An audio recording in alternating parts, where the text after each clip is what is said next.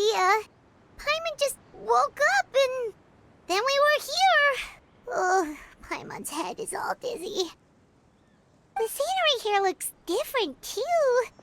Oh, what should we do, Traveler? Please don't tell Paimon someone abducted us and brought us to some strange place that we could never leave. You're right. Better to think of this as the beginning of a new adventure. Thank goodness you're still here. If Paimon woke up alone, she probably would be trembling in a tree hollow.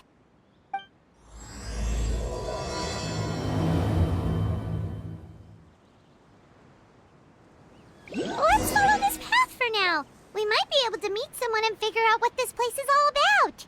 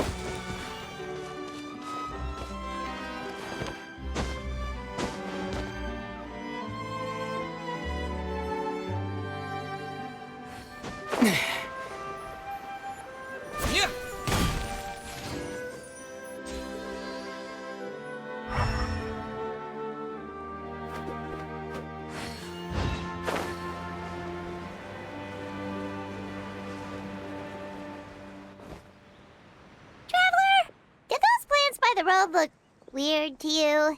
It almost looked like they were made of paper. And those two frogs over there? Yeah, they look like pieces of origami.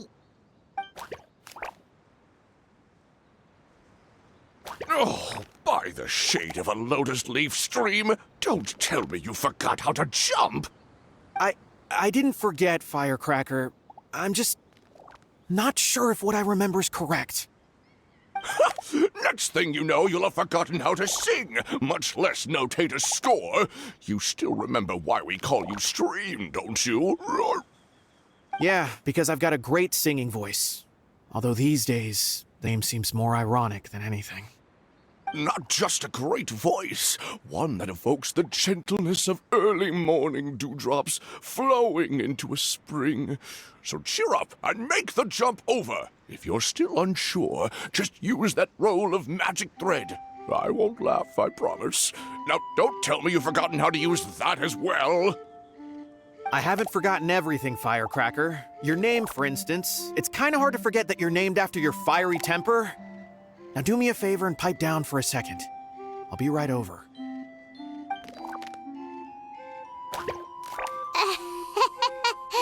You saw that too, right? Paimon's not seeing things, is she?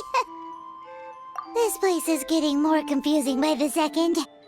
Anyway, why don't we go after those two frogs? They didn't look evil or anything. Plus, they might be able to help us out.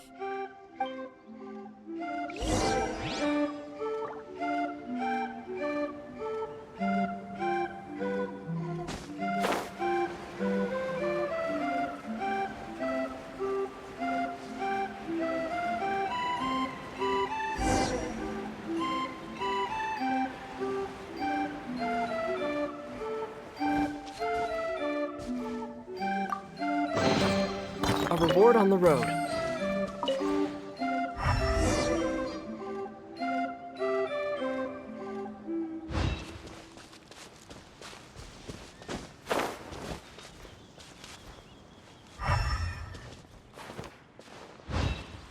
Scatter!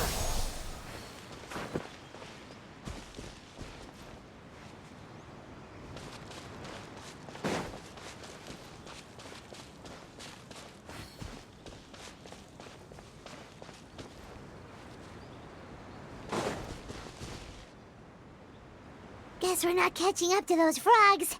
They were so fast. Paimon couldn't even tell where they hopped off to in the end. Excuse me, honored travelers. Did you come from the Cliff of Prophecy, perchance? The chubby paper hamster just talked. Chubby? Who are you calling chubby? I've just got a slightly thicker layer of paper on me, that's all. Allow me to introduce myself. My name is Almond, and I'm an elder of the Forest of Blessings. I've been waiting here for the hero of prophecy to arrive. Traveler, could you pinch Paimon just to make sure she's not still dreaming? Pinching, you say? Well, I can help with that. Although you'll have to get a little closer. My arms are rather short. That's all right. We just need a minute to collect ourselves. Okay, let's think things through. We know for sure this isn't the world we're familiar with. The talking paper animals and all the paper trees and plants make that pretty clear. The hero from another world, supported by their companions, shall restore peace to the world. That is what the prophecy says. Dearie me, I completely forgot to introduce you to this world, didn't I? And here I am, getting all excited by the arrival of the hero. You'll have to excuse me. This old brain isn't what it once was, all shell and no nut. Well, perhaps my once glossy paper has faded past the point of no return. It's okay, really. You can just tell us all about this world now. Let me think. Where should I even begin? Pretty much forgotten everything that happened in the past. Right. I believe the story circulating along the pulp of this forest goes as follows. A long, long time ago, 3 goddesses created this world and named it Simulanka.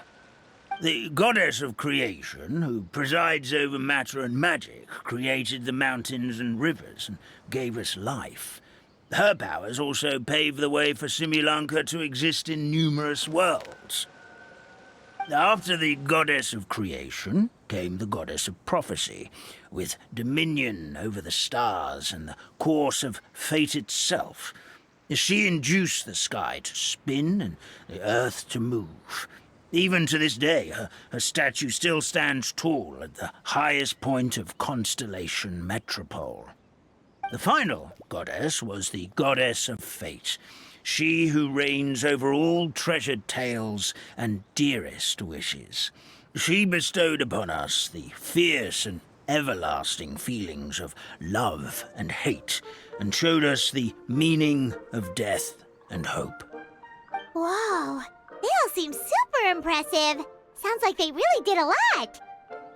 Of course, all new residents of Simulanka come to the forest to thank the goddess of creation for founding this world, and travel to Constellation Metropole to witness the divinations of the goddess of prophecy's numerous oracles. After that, they make their way to the end of the world and tell the goddess of fate about their most cherished dreams. Well, at least that's how it used to be. How it used to be? Did something bad happen? Oh, yeah. That has to do with the hero you're waiting for, right? Yes, this old brain of mine may have forgotten many things, but I will never forget the day the evil dragon descended upon our forest. It came down from the skies in an ominous black mist and ravaged our homeland. Its gigantic footprints can still be seen in the kingdom of breezes and bells. We're incredibly fortunate that no one was hurt. Sounds terrifying. Terror doesn't stop there, I'm afraid. Ever since the attack, the Calligraphy Tavern in the forest has been closed.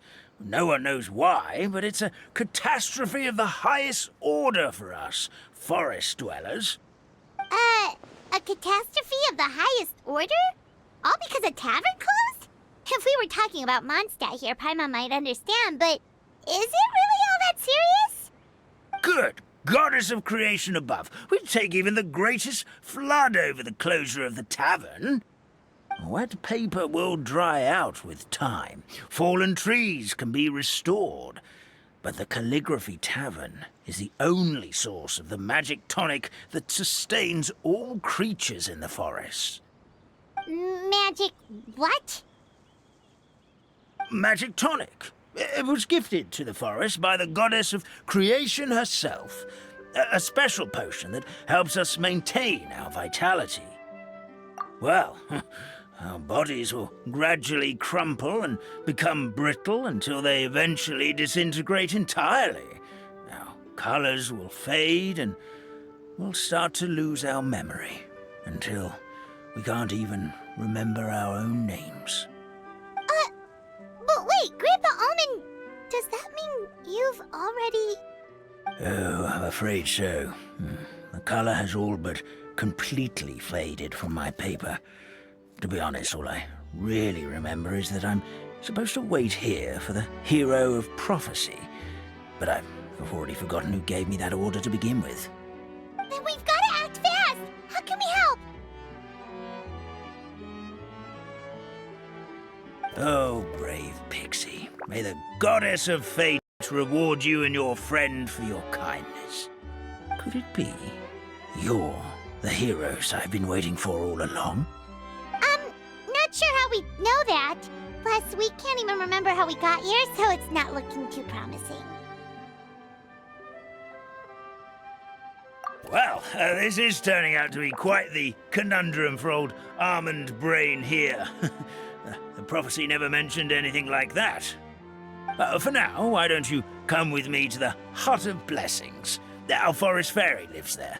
Maybe she'll know what to do. Whoa, a forest fairy? Like one that knows magic? Oh, you betcha.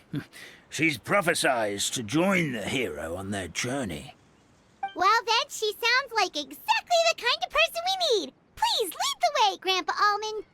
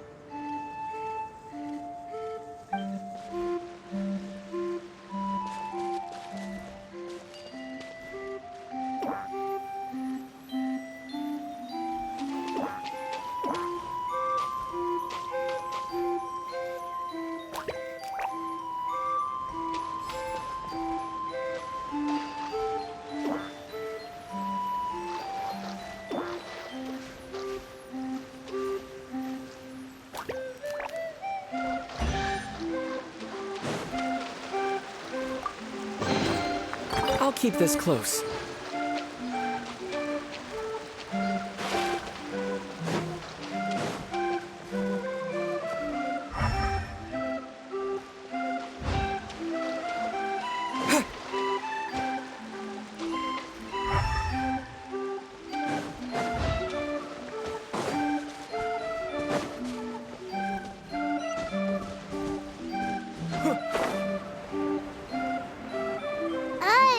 That meadow over there looks pretty strange.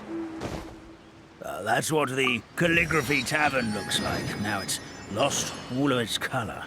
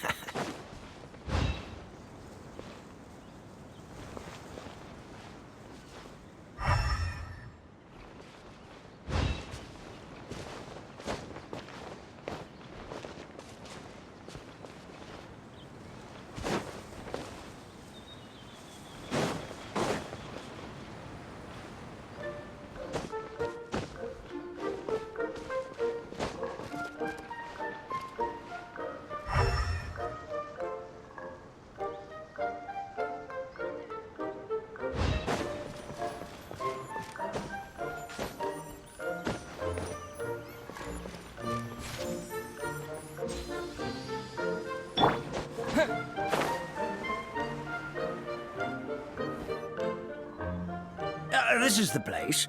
If you could just wait a moment, the ferry should be... Traveler! Paimon!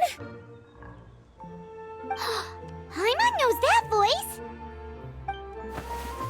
It's really you! I'm so happy to see you! Sorry.